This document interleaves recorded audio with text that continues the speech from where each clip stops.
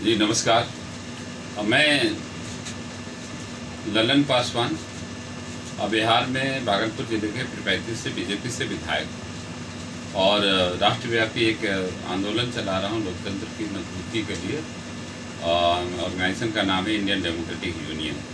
तो हम 8-10 राज्यों में हमारी कमेटी का गठन हुआ है और बस हम लोग डेमोक्रेसी के लिए खड़े हुए हैं देश में। है कि पशुपति पारस और चिराग पासवान दोनों बोल रहे हैं कि हाजीपुर से ही चुनाव लड़ेंगे।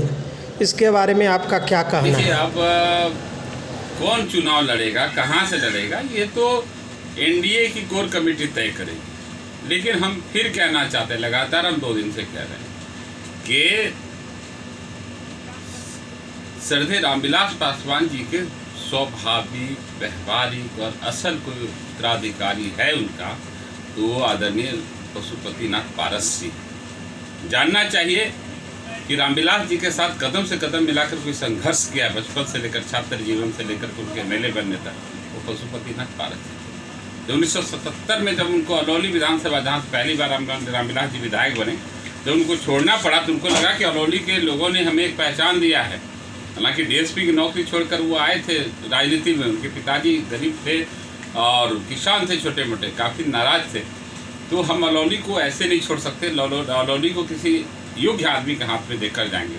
तो उसमें पारस जी टीचर थे मिडिल स्कूल में, और पारस जी को पॉलिटिक्स नहीं, सिर्फ भाई का भक्ति और सेवा जानते हो। वो अलौली से 77 में उनको चुनाव लड़ाए। आप एक बात देखें तो आदरणीय रामविलास पासवान जी 77 में ही अपना उत्तराधिकारी पारस जी को घोषित कर चुके हैं।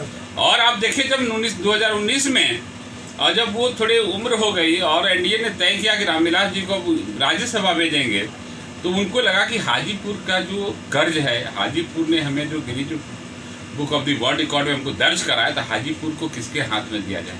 उसी बात चाहते तो हाजीपुर अपने बेटा को लड़ा सकते थे, अपने और किसी रिश्तेदार को, पत्नी को लड़ा सकते थे, लेकिन नहीं, उन्होंने वहाँ भी अपने छोटे भाई, लक्ष्मण तुल्य छोटे भाई पशुपतिनाथ पारस जी को वहाँ उत्तराधिकारी बनाया।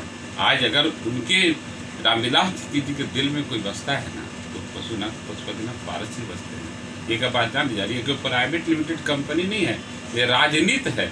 ये राजनीति में कोई उत्तराधिकारी नहीं होता है, योग्यता देखी जाती है, अनुभव देखा जाता है।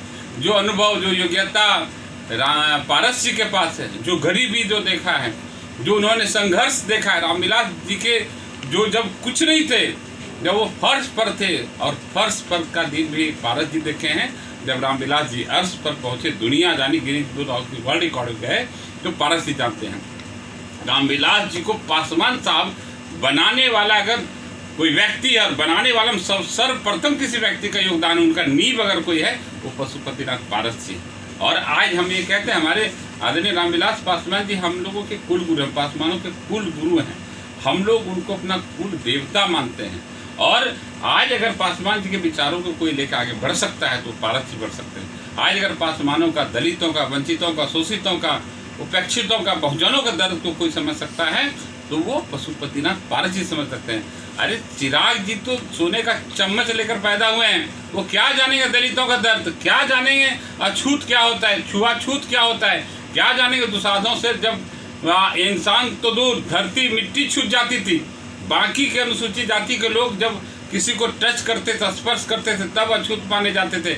लेकिन हम पासवान तो दूर से ही, कोई 5 हाथ दूर खड़ा व्यक्ति भी मैंने हम लोगों को, वो हमसे अपवित्र हो जाता था। इस दंश को अगर किसी ने झेला है, वो पशुपतिनाथ पारस जी हैं। और दलितों के, पासवानों के, वंचितों के, पिछड़ों के, अगर किसी बहुजनों के दर्द को समझ सकते हैं, तो पारस जी समझ सकते हैं।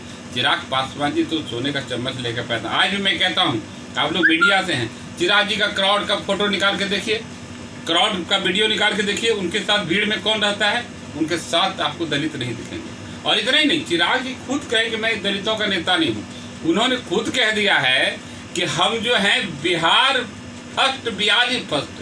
वो बहुत बड़े नेता, बहुत आगे निकल गए, उनको दलितों की चिंता नहीं, पूरे उस सर्व समाज के नेता हैं। हम तो कामना करते हैं, हम उनके लिए शुभकामना देते हैं कि आप पूरे बिहार का नेता बन जाए, सभी समाज का नेता बन जाइए। लेकिन हमको पासवान का नेता चाहिए, दलित का नेता चाहिए, दलित का शुभचिंतक चाहिए, वो पशुपतिनाथ पारस हो सकते हैं। पासवानों के लिए तो पल्ला पे नहीं झाड़ते। जैसे उन्होंने कहा बिहार फर्स्ट है, बिहारी फर्स्ट, वैसे ही पासवान पास आउट हो गया। उनके डोमेन में पासवान है ही नहीं।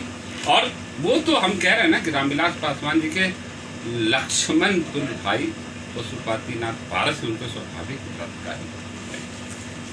चिराग पासवान हम मोदी जी का हनुमान बताते हैं, उनके बारे में क्या कहना है? रहिए, हम लोग देखिए, पशुपति जी हों चाहे चिराग जी हों चाहे ललन पासवान, सब तो यही चाह रहे हैं। हम लोगों की दिली तमन्ना, रात दिन मेहनत करें कि 2024 में पुनः जो है कि आदरणीय नरेंद्र भाई मोदी जी देश के प्रधानमंत्री बने, सबकी चाहत ये है।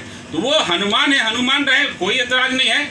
लेकिन रामविलास पासवान जी के लक्ष्मण पशुपतिनाथ पारस हैं, हम ये कह रहे हैं। तो हनुमान रहे, उनको मुबारक हो हनुमान। लेकिन लक्ष्मण की बात हो रही, लक्ष्मण जो है पशुपतिनाथ पारस है रामविलास जी। हनुमान में कोई दिक्कत नहीं, वो हनुमान रहे, वो बिहार की चिंता करें, बिहारियों की चिंता करें, दलितों की, वंचितों की, शोषितों की, पासवानों की चिंता करने के लिए पशुपतिनाथ पारस जी हैं। हमको अनुभवी एक नेता चाहिए।